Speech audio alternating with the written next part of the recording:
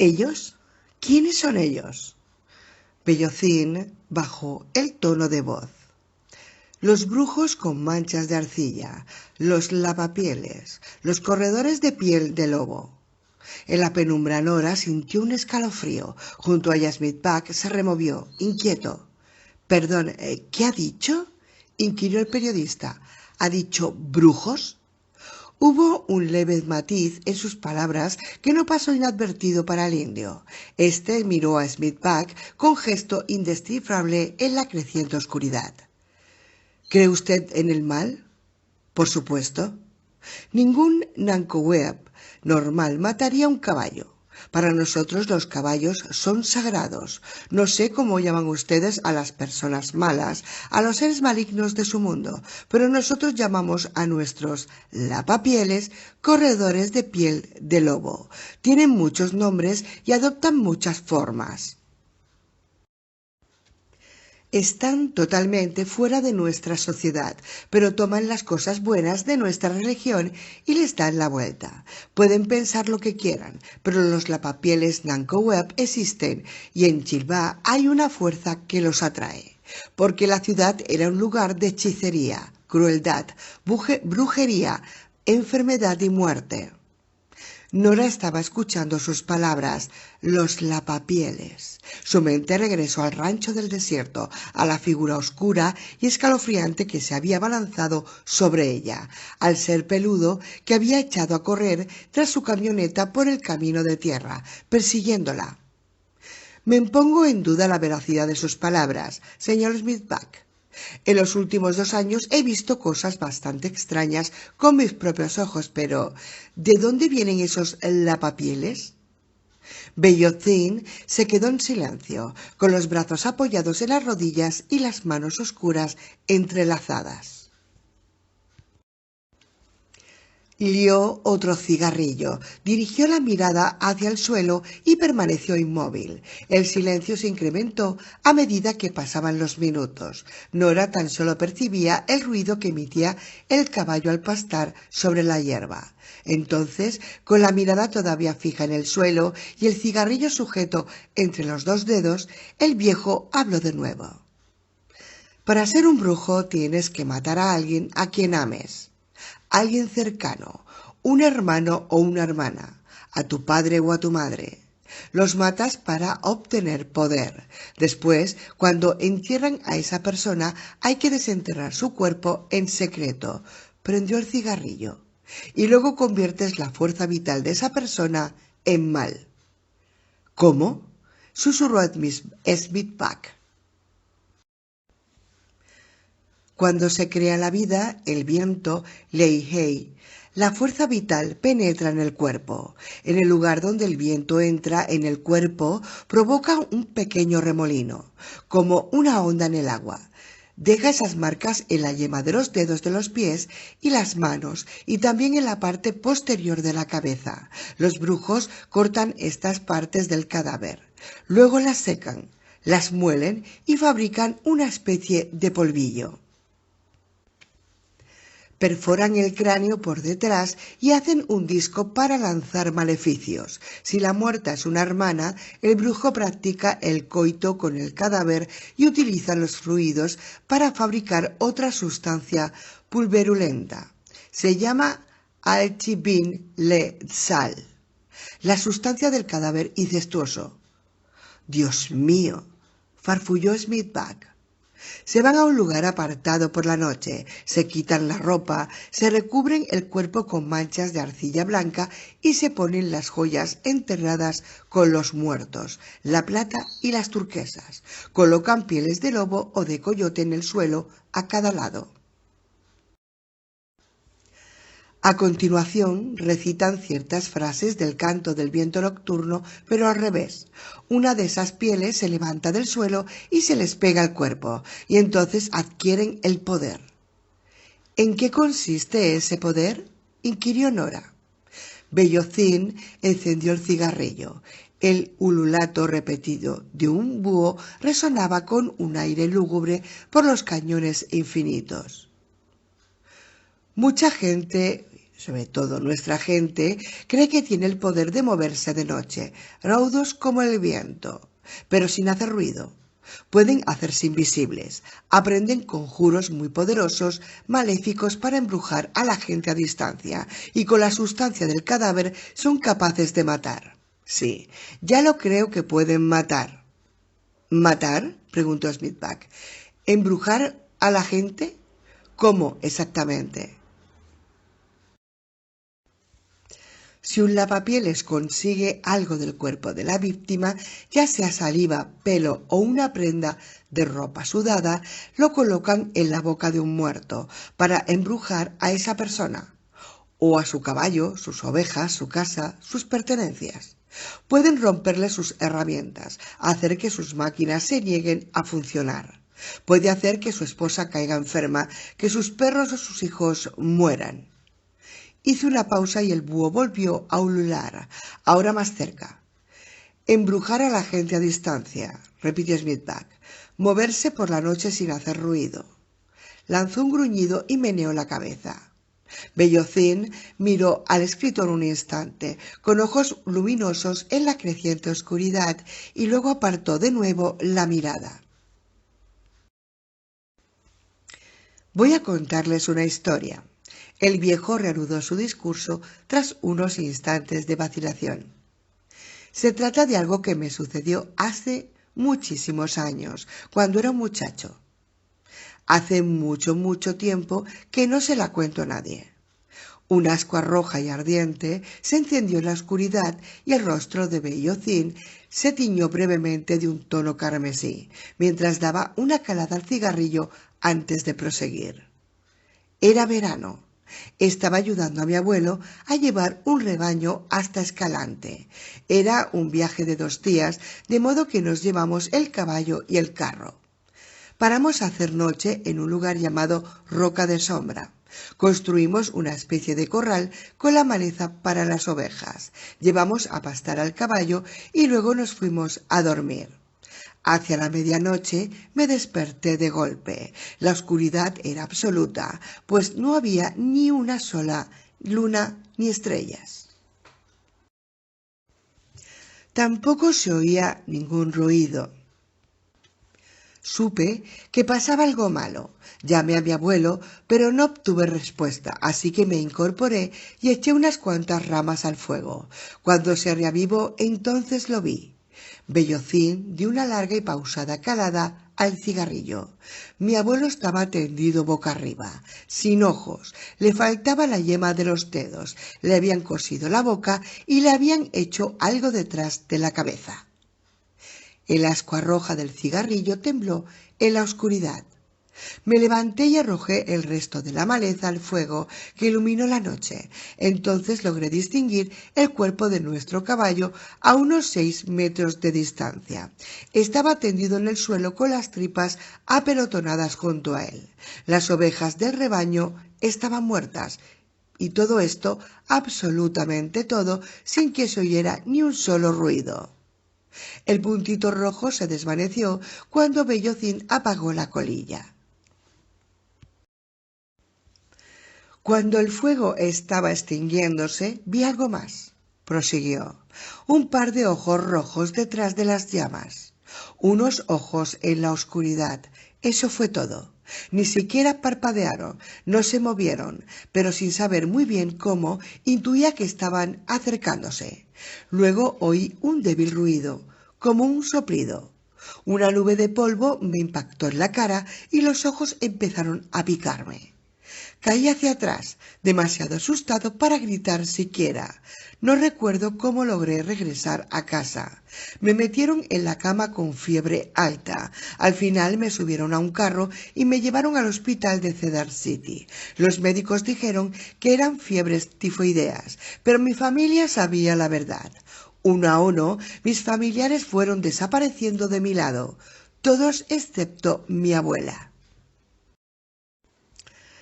No vi a ninguno de mis parientes durante un par de días, pero para cuando regresaron al hospital, lo peor de la enfermedad ya había pasado, para sorpresa de los médicos.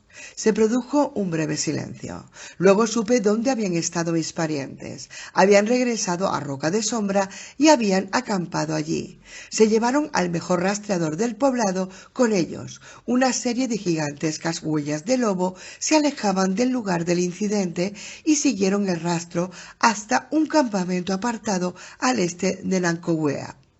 En su interior había... bueno, supongo que habría que llamarlo un hombre.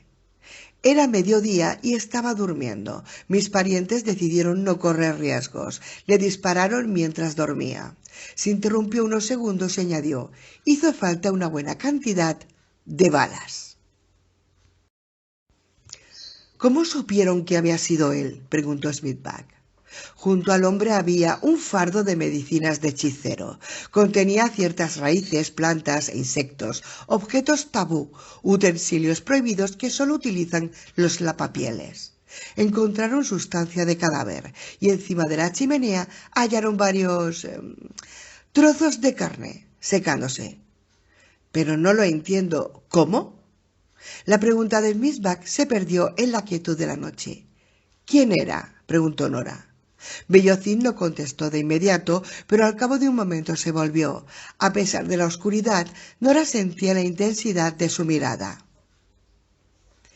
Ha dicho que a sus caballos le faltaban 5 porciones de piel, una de las frentes y 2 de cada lado del pecho y del vientre, comentó. ¿Sabe qué tienen en común esas 5 partes? No, contestó Smithbag. Sí, susurró Nora, con la boca seca por el pavor repentino. Son las 5 partes donde la piel de un caballo forman una espiral. La luz había desaparecido por completo del cielo y una inmensa bóveda de estrellas se abría sobre sus cabezas.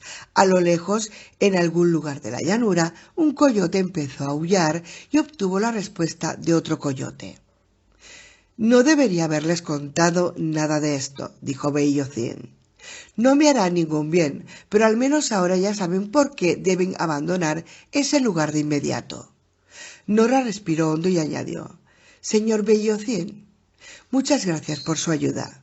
Le mentiría si le dijese que no me asustan sus palabras. Me producen un terrible espanto, pero estoy al frente de la excavación de unas ruinas a cuya búsqueda mi parte dedicó su vida entera. Le debo a él acabar con lo que he empezado. ¿Su padre murió aquí?, inquirió Bellocín, un tanto sorprendido. Sí, pero nunca encontramos su cuerpo. Algo en el modo en que había hablado el viejo le puso en guardia. ¿Es que sabe algo al respecto? No sé nada, repuso y se puso en pie bruscamente. Su inquietud parecía ir en aumento. Pero lamento oírlo.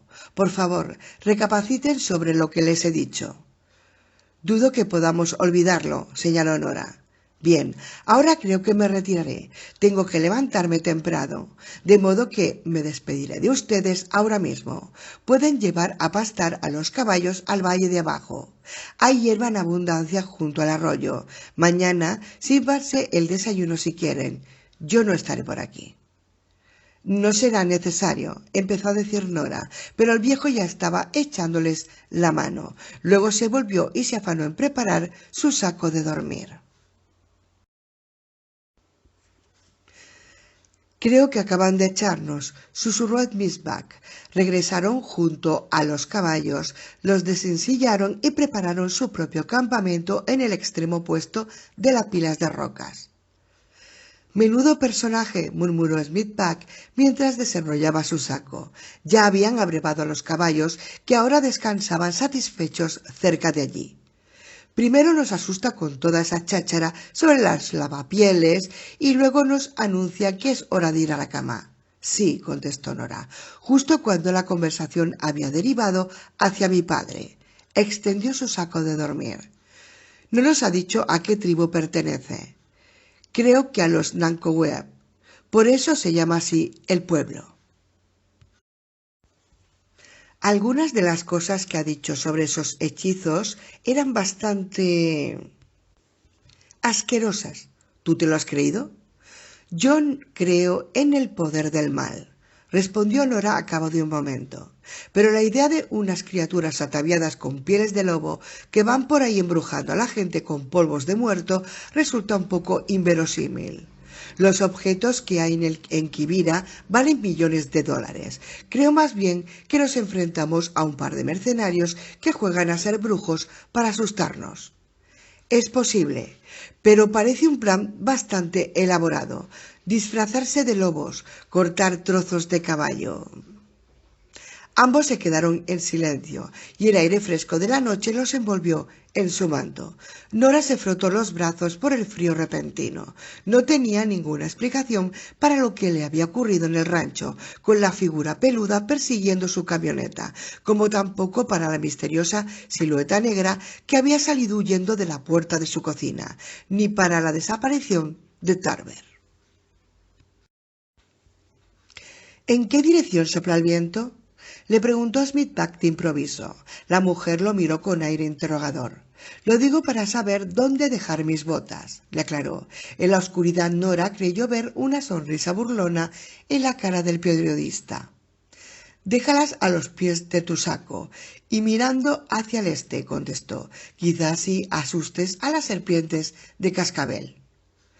Lanzando un suspiro, también ella se quitó las botas, se tumbó y envolvió con el saco sus ropas polvorientas. En el cielo había empezado a dibujarse una media luna, tapada por los jirones de unas nubes. A escasos metros de distancia oyó a Smithback refunfuñar mientras ultimaba todos los preparativos para ir a dormir. En la callada oscuridad la idea de los brujos y los asesinos de caballo se desvaneció bajo el peso de su propio cansancio. Es extraño, dijo Smithback, pero algo huele a podrido en el reino de Dinamarca. ¿El qué? ¿Tus botas? Muy graciosa. Me refiero a nuestro anfitrión. Está ocultando algo, pero no creo que tenga nada que ver con los caballos. Desde lo alto, muy lejos, se oyó ruido de un avión. Con aire distraído, Nora localizó la luz parpadeante recorriendo la aterciopelada oscuridad. Como si le hubiese leído el pensamiento, Smithback se dirigió a ella de nuevo. Sentado en ese avión va un tipo que está tomándose un martini, comiendo almendras tostadas y haciendo el crucigrama del New York Times. Nora soltó una risa silenciosa. Luego preguntó, hablando del Times, ¿cuánto hace que trabajas para ellos? Ahora hará unos 2 años, desde que publiqué mi último libro. He pedido una excedencia para venir a este viaje. Nora se volvió y se apoyó en un hombro. ¿Por qué has venido? ¿Qué? La pregunta pareció sorprender al escritor. Es una pregunta bastante sencilla. Este es un viaje peligroso, agotador e incómodo. ¿Por qué dejaste tu querida y confortable Manhattan? ¿Y perderme el mayor descubrimiento desde la tumba de Tutankamón? Smithback se volvió en su saco. Bueno, supongo que hay más razones. A fin de cuentas, la verdad es que sabía que no había ninguna garantía de que encontrásemos algo. Cuando lo analizas, el trabajo de un periódico puede resultar aburrido. Aunque sea el New York Times y todo el mundo se arrodilla ante ti cada vez que entras en una habitación. Pero, ¿sabes qué? De esto es de lo que se trata en realidad, de descubrir ciudades perdidas, escuchar historias sobre asesinatos, estar tumbado bajo las estrellas con una encantadora... Y garraspeó con nerviosismo. Bueno, ya sabes a qué me refiero. No, no lo sé, repuso Nora, sorprendida por el súbito estremecimiento que le recorría la piel. Me refiero a estar tumbado bajo las estrellas con alguien como tú. Terminó la frase. Suena un poco cursi, ¿no? Sí, es una forma de tirar los tejos, sí, la verdad, pero gracias de todos modos. Miró la silueta larguirucha de Smithback, que apenas se vislumbraba bajo la luz de las estrellas, y vio cómo le brillaban los ojos al contemplar el cielo. ¿Y bien? Preguntó Nora al cabo de un momento. ¿Y bien qué? Durante una semana te has destrozado la columna vertebral montado en unas sillas durísimas. Has pasado sed, te ha mordido un caballo, por poco te partes la crisma escalando los precipicios y has tenido que enfrentarte a serpientes de cascabel, arenas movedizas y lapapieles, así que ¿todavía te alegras de haber venido? El hombre volvió la mirada hacia ella, con los ojos resplandecientes bajo la luz de las estrellas. Sí, contestó sin más. Mirándole fijamente a los ojos, Nora tendió el brazo en la oscuridad. Después de encontrar su mano, la apretó con suavidad y musitó. Yo también me alegro. Chicos, chicas, aquí hay tema. 36. Hacia las 12, una media luna se había dibujado sobre el cielo oscuro, bañando las tierras desérticas del sur de Utah con una luz pálida.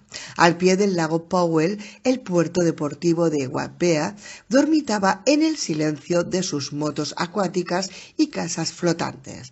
Al norte y al oeste, el sistema laberíntico de grietas y gargantas que conducían hasta la mismísima espalda del diablo estaba en calma. En el valle de Chilbá, dos figuras trepaban lentamente por un agujero secreto. Más que una ruta, era una fisura en la roca diabólicamente escondida, convertida en una arista finísima por los siglos de erosión y desuso. Era la senda de los sacerdotes, la puerta trasera de Quivira. Surgiendo de la infinita oscuridad de las rocas, ambas figuras coronaron la meseta de arenisca donde se ocultaba el valle de Quivira. Mucho más abajo, en el largo valle que se extendía tras ellos, un caballo relinchaba y se encabritaba nervioso, pero aquella noche habían decidido dejar a los animales en paz, al igual que el vaquero que los vigilaba, por cuyo lado había pasado sin clavarle un cuchillo en la garganta. Este seguía allí sentado, sin soltar el arma y con el suelo alrededor de él lleno de esputos de tabaco. Que se quedase allí el tiempo que quisiese. Pronto llegaría su hora, de todos modos. Con sigilo animal, las dos figuras se escabulleron por la amplia meseta que dominaba el valle. A pesar de que la luna alumbraba un camino jaspeado por la arenisca, ambas evitaban la débil luz y permanecían entre las sombras. Las pesadas pieles de animal que llevaban sobre la espalda les colgaban por los costados, mientras se arrastraban por el abrupto suelo de roca. Las figuras seguían avanzando, silenciosas como fantasmas. Al cabo de mucho rato se detuvieron como accionadas por un solo cerebro. Ante ellas surgió un abismo de oscuridad, el diminuto valle de Quivira. Muchos metros más abajo, en la base del cañón, el pequeño arroyo brillaba bajo la luz de la luna. Desde una elevación del terreno alejada del arroyo, un débil resplandor se desprendió en la fogata mortecina, y el olor a madera quemada, aún más débil, alcanzó a las figuras que observaban la escena desde el borde del desfiladero. Dirigieron la mirada hacia las pálidas siluetas que había alrededor de la fogata. Varias tiendas de campaña, apenas perceptibles en la penumbra, acordonaban el campamento. Había un buen número de sacos de dormir extendidos junto al fuego, colocados al parecer sin seguir un orden ni un criterio concretos. Con las tiendas cerradas y a oscuras, resultaba imposible contar el número de personas que formaban aquel grupo. Se quedaron observando el conjunto largo rato, completamente inmóviles, y a continuación empezaron a deslizarse por el saliente de la roca. Con gran sigilo avanzaron por lo alto del cañón, deteniéndose de vez en cuando para observar la expedición dormida. Se oían ruidos ocasionales provenientes de más abajo, el ululato de un búho, el arrullo del agua, el crujido de las hojas en la brisa nocturna. Tan solo una vez el cinturón de conchas plateadas que rodeaba el vientre de una de las dos figuras tintineó, pero salvo por esa excepción no hicieron ningún ruido en el tiempo que tardaron en alcanzar la parte superior de la escala de cuerda. En este punto, las figuras se detuvieron y examinaron el equipo de comunicaciones con sumo interés. Pasaron un par de minutos sin moverse. Entonces una de las figuras se deslizó hasta el borde de la pared rocosa, miró abajo, al pie de la escala y desapareció de nuevo bajo el saliente de la roca. La figura miró hacia adelante, hacia el valle. Ahora estaba casi justo encima del campamento y el brillo del fuego, 250 metros más abajo, parecía hallarse inquietantemente cerca, un furioso brochazo de rojo en la oscuridad. Un grave sonido gutural salió de su ser más profundo y se extinguió en un gemido que dio paso a un canto débil y monótono. Luego volvió junto al equipo de comunicaciones. Al cabo de 10 minutos ya habían terminado su tarea. Escabullándose por la orilla de la roca, prosiguieron hasta el extremo del cañón. La antigua ruta secreta reptaba hacia abajo a través de una sima en la roca y descendía en dirección a la estrecha garganta que había en el otro extremo del valle de Quivira. La senda quedaba oculta a la vista entre dos bloques de piedra y era terriblemente escarpada. El débil rumor de la cascada retumbaba bajo los pies de las misteriosas criaturas y el agua del arroyo seguía su camino, fluyendo y rebulliendo en el largo trayecto hacia el río Colorado. Al cabo de unos minutos, las figuras llegaron al suelo arenoso, atravesaron furtivamente la cortina nebulosa, dejaron atrás el desprendimiento de rocas y no se apartaron de la intensa oscuridad que ofrecía la sombra de la luna. Se detuvieron al acercarse al primer miembro de la expedición, un cuerpo que se hallaba más cerca del campamento, durmiendo bajo las estrellas, con la cara pálida como un muerto, iluminada tan solo por aquella media luz grisácea. Hurgando entre las pesadas pieles que cubrían su espalda, una de las figuras extrajo una pequeña bolsa, hecha de piel humana curtida. Bajo la luna despendía un brillo traslúcido, casi como de otro mundo. Después de aflojar la lengüeta de piel que recubría la bolsa, la figura rebuscó en su interior y con un extremo cuidado sacó un disco de hueso y un viejo tubo de madera de sauce, pulido por el uso y marcado con el grabado de una larga espiral invertida. Al volverlo al disco relució débilmente bajo la luz de la luna y luego una vez más. A continuación, llevándose uno de los extremos del tubo a los labios, se inclinó sobre el rostro de la figura dormida. Se produjo un súbito soplo de aire y una leve nube de polvo se formó bajo la luna.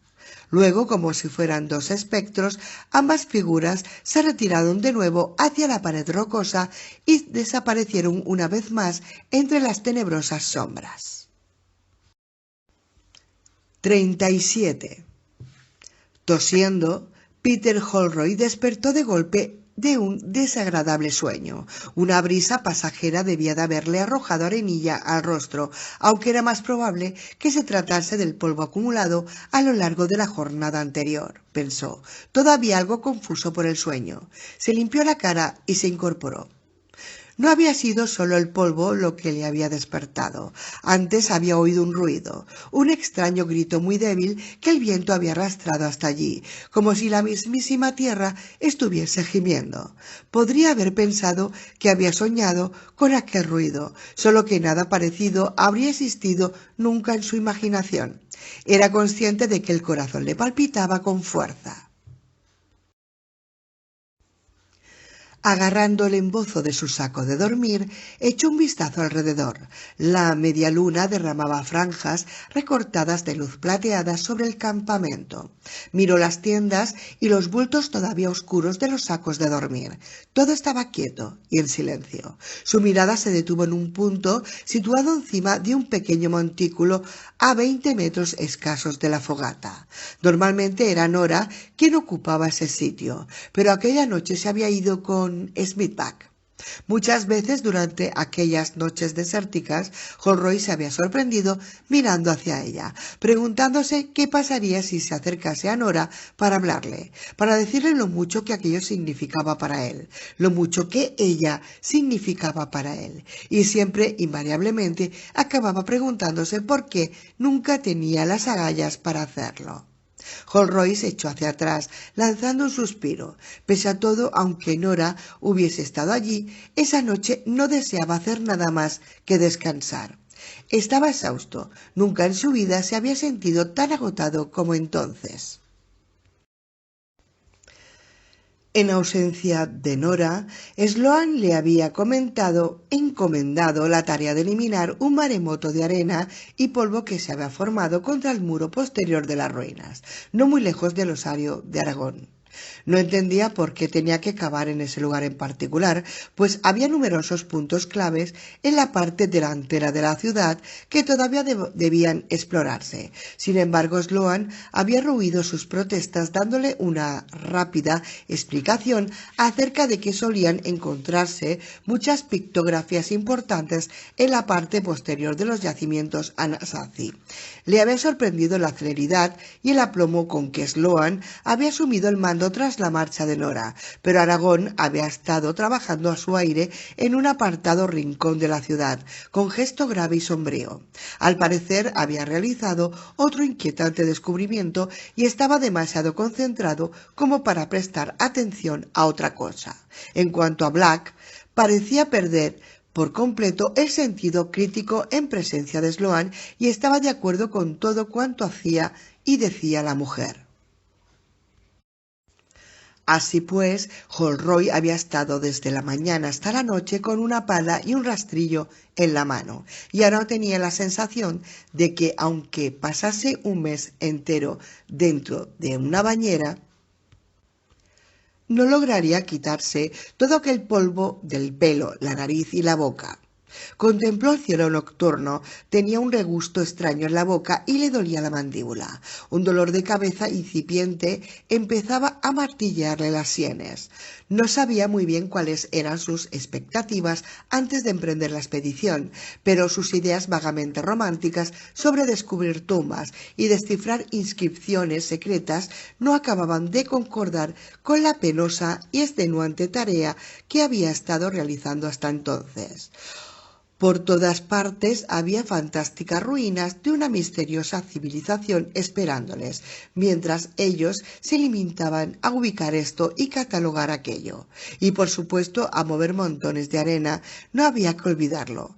De pronto decidió que estaba harto de cavar, y tampoco le gustaba trabajar para Sloan. Aquella mujer era demasiado consciente de su perfección y de la influencia que ejercía sobre los demás. Estaba demasiado dispuesta a utilizar su encanto para conseguir sus propósitos. Desde la confrontación con Nora en Ruina Pit, él mismo se ponía a la defensiva cada vez que la tenía cerca. Suspiró de nuevo y cerró los ojos por la presión que le oprimía la cabeza. No era propio de él ser tan cascarrabias. Por lo general solo se mostraba así cuando se ponía enfebrecido. En el fondo Sloan no era mala persona, sino solo una mujer franca y directa, acostumbrada a salirse con la suya. No era su tipo, sencillamente. Además, no le importaba tener que cavar o romper rocas. Lo importante es que ella estaba allí, en Quivira, en aquel lugar maravilloso y místico. Lo demás no tenía importancia. De repente se irguió y abrió los ojos desorbitadamente. Ese ruido de nuevo, pensó. Apartando la manta a un lado, se puso de rodillas con el máximo sigilo. Fuese lo que fuere, aquel ruido había cesado. No, ahí estaba otra vez. Un murmullo. Un gemido suave. Sin embargo, era distinto del que lo había despertado. El tono era más bajo y ahora se oía más cerca. Sin embargo, era distinto del que lo había despertado. El tono era más bajo y ahora se oía más cerca. Bajo la palidez de la luz, buscó a tientas un palo, una navaja, cualquier cosa que pudiese utilizar como arma defensiva. Cerró la mano en torno a una pesada linterna, la levantó, pensó en encenderla y luego decidió no hacerlo. Se levantó con paso vacilante antes de recuperar el equilibrio y a continuación, en silencio, avanzó hacia el lugar de donde procedía el ruido. La quietud volvía a reinar en la noche, pero el ruido parecía haberse producido un poco más allá de la alameda que había junto al arroyo. Sorteando sigilosamente varias cajas y bultos envueltos, Holroyd abandonó el campamento y se dirigió al arroyo. Una nube había acuchillado la luna y ensombrecido el paisaje hasta convertirlo en una oscuridad impenetrable. Tenía calor y estaba incómodo, desorientado en la noche cerrada.